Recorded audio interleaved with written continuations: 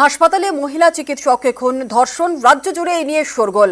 আর এই পরিস্থিতিতে আরজিকর হাসপাতালের পরিকাঠামো উন্নয়নে জোর দিল রাজ্য সরকার। তৈরি হবে নতুন ভবন এবং হস্টেল। বেলগাছিয়া ট্রমা ডিপোয়ে আরজিকর হাসপাতালের জন্য জমি বরাদ্দ করা হয়েছে।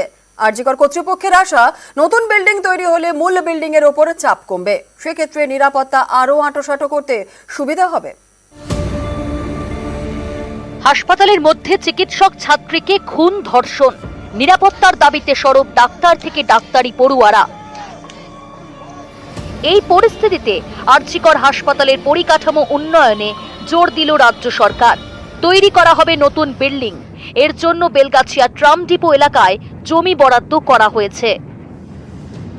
মাননীয় মুখ্যমন্ত্রী আমাদের আরজিকরের যেহেতু জায়গা খুব কম, তাই জন্য বেলগাছিয়া ট্রাম ডিপোতে অ্যাডিশনাল আরও 3 একর জায়গা বরাদ্দ করেছেন আরজিকরের জন্য।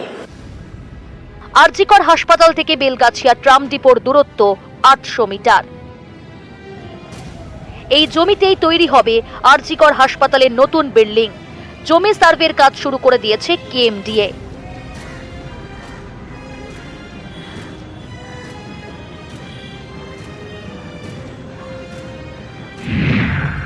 এই জমিতে তৈরি হবে আরজিকর হাসপাতালের নতুন বিল্ডিং এবং হোস্টেল। আরজিকর কর্তৃপক্ষের আশা, নতুন বিল্ডিং তৈরি হলে মূল বিল্ডিং এর উপর চাপ কমবে। সেক্ষেত্রে নিরাপত্তা আরও আঁটোসাঁটো করতে সুবিধা হবে। শনিবার হাসপাতালের জন্য বরাদ্দ জমি দেখতে বেলগাছিয়ায় যান পুরমন্ত্রী ফিরহাদ হাকিম।